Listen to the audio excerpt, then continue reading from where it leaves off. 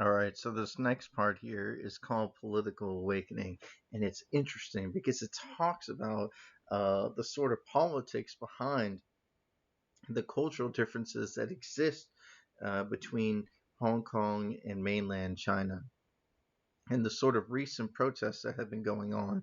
And since this article has been made, there have been consistent protests, even before COVID 19. Just before COVID 19, they had had a huge um, political awakening yet again in Hong Kong.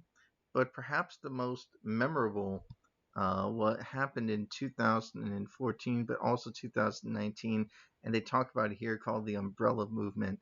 You can see many pictures of it online. All you have to type in is a Google image. And by the way, you can use images in your research paper. Absolutely, why not? And you could take an example of this, right? And this is an example of a social movement that originally was completely done by young scholars in Hong Kong to protest what was going on and the sort of issues regarding that. So, one of the things that you need to know about Hong Kong in China is that there has been extreme contentions or arguments between the two, and that Hong Kong wants to see itself as a autonomous or unique region, whereas people within the government, oddly enough, and Beijing politicians, people from mainland China say, well, no, you actually belong to us. And it's very interesting that further down in the article here, he mentions a certain um, great quote here that says the high degree of autonomy or uniqueness of the Hong Kong Special Administrative Region is not an inherent power, but one that comes solely from the authorization by the central leadership. In other words, this person is making a huge argument that Hong Kong is not a unique place to itself, but one that is reflective of China being open to having them have some form of autonomy, which is very interesting. And this first paragraph here, actually, it's the second paragraph, but it's the first paragraph on this page. It talks about there's two different arguments and two different perspectives from people. So, for example, a lot of people see Hong Kong as a temporary location, a borrowed place on borrowed time. That is because by 2047, they're supposed to become subsumed or become a part of China completely. In other cases, and there's been growing scholars in this sort of vein, in the second vein here, which is Hong Kong is a unique place that has the capacity to make its own decisions and should be governed by its own people. It talks a little bit later about some of the issues that they've had with elections, because essentially what happens is China comes up with a few candidates and they tell the people, okay, from these candidates, who would you choose? Here, we don't do it that way, right? Here, we actually choose the people that we want, and we could always do what we call writing candidates, right? If you don't want, let's say Joe Biden or Donald Trump, let's say you want yourself to be president, you put yourself down, and you could be ruled in as one vote for you as president, right? So then they talk about the sort of recent history of Hong Kong's sort of protests that have happened more recently. This book was made, I believe, and published in 2010. 2016. So it's about 4 years old. Believe it or not, in that short amount of time, Hong Kong has come a very long way in terms of even more protests, in terms of even more turmoil, which sort of mirrors some of the things that are going on today in American society. This sort of Black Lives Matter movement is starting to take hold, and a lot of the things that we are doing, they also did in Hong Kong. So it's a sort of connection, right? You can make a connection there if you wanted. So in 2012, students and activists staged a 10-day protest at government headquarters against a proposed compulsory national curriculum. Now, to explain what that means in sort of national terms outside of the United States, compulsory means that it's required and is a part of school. So, for example, students here in America have to go to school under a compulsory age up until 16. This did not exist previously, about let's say 120 years ago, but it exists today, right?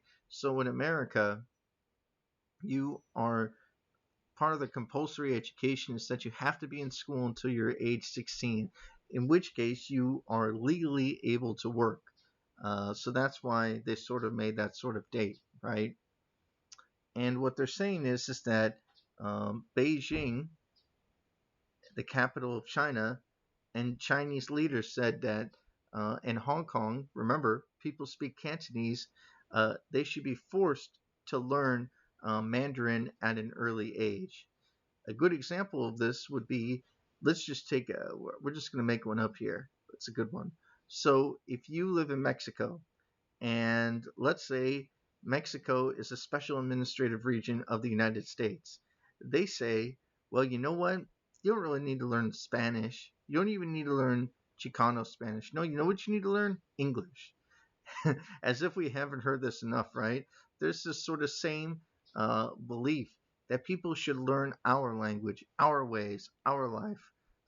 According to Why Borders Matter by Hansen, he seems to believe that that's a good thing, right? It makes you unique. It's what separates you from the places where you don't want to be. However, in this case, it's a sort of negative thing, right? Because it essentially takes away your culture and forces you to learn a new one that isn't necessarily your own, right? And it's very interesting. Having been to Hong Kong, I'm very lucky to have met people who are younger, um, don't really speak English that well. They can kind of speak Chinese, but they know Cantonese very, very well. But older people are they only know Cantonese. They don't know English. They don't know Chinese. So these people might be the most vulnerable as a result of these sort of changes, right? And again, it would also change the sort of natural history as well. And again, for many people, they saw it as a propaganda tool. Now, usually propaganda is negative, but to propagate just means to inform people, right? To inform them. Sounds good. But in this case, it's the connotation is negative. Propaganda being something like brainwashing, right? So they see a lot of people argue that this is brainwashing people to force them to learn a language that's not their own, right? Despite the fact that they may be geographically close to each other, there's a sort of social bordering difference, right? The same as between the history between Mexico and the United States, two different histories going on. A lot of people in history books don't often talk about Mexico's culture, especially more recently, right? They only talk about maybe the U.S. Mexico War and the annexation of Texas, and maybe you learn something about the missions, but other than that, you don't really learn too much, right? Of the sort of history of Mexico. So it's very interesting how this sort of works. Okay, now here's the second revolution, and the one that I'm very familiar with. I got to write an essay on this with my friend who's from Hong Kong. Awesome, awesome, awesome. And they made the sign of the Mockingjay, which is something like this. And the reason why it was so important is because Mockingjay, the movie, is based off the idea that the people rebel against the government. And so they use this sort of sign, and they also use the sign of an umbrella. Why an umbrella? Talk about themes, symbols, and motifs. It is a symbol of protection. So everyone can huddle under one and then push back, right? This protest was huge. As I showed you earlier, I'll show it to you again. There was a huge outpouring of people in the street. They literally broke off. This is, by the way, this is normally where cars would go, and it's a big thoroughfare. Okay, this is like this is like going through downtown LA and completely shutting off all of downtown LA. So that was huge, right? It was a huge demonstration, and it was in response once again to Beijing's proposal on how universal suffrage should be implemented. Now, here's a word that people may not be familiar with. Suffrage means to vote, right? So the ability for all Hong Kongers to vote, and that it should be implemented in 2017 for Hong Kong's chief executives. However, Beijing said that the public should have its that they should have their own nominating committee and then have the people vote on whether or not they agree with this person. That would be like us saying, okay, well, we're not going to have political parties. We're just going to have one candidate. You tell us whether or not you like them. Here we still have the sort of primary election, and then we have the sort of national gubernatorial election between two candidates that everyone has chosen, right? In this case, it'll be Biden versus Trump, at least at the moment. Okay.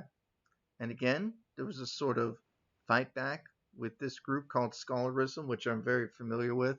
A lot of them were university students from Hong Kong that were fighting back.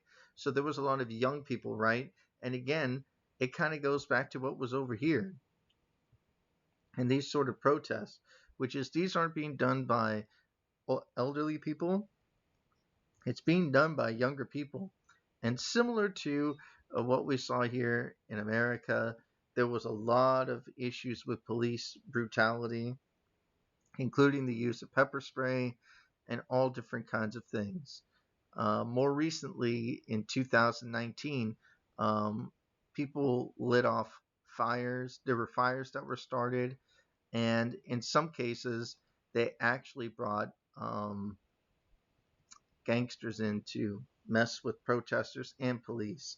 So there was a lot going on there, right? There was a lot of politics going on in all of this. And again, it was being funded by Occupy Central with love and peace. And so they kind of all came together, and it was a huge, huge thing.